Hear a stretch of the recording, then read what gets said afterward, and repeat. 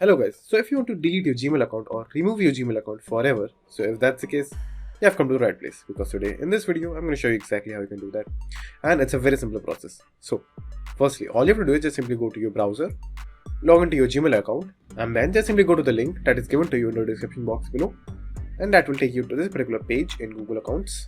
Now in here just simply click on delete your account, then enter your password, then hit next. Now over here in the account page, Google will tell you what will be deleted from your accounts. So as you can see over here, everything is mentioned, the things that will be deleted, like all the emails, the YouTube account that is associated with my email address or Google account, my calendar and the details in calendars, my contacts that are exported in my Gmail address, and the payment methods that I have linked with my Gmail account. So if you're okay with all of that, just simply click the check boxes over here. And just in case if you want to download all of your data, just simply click on download your data, complete the downloading process for your data.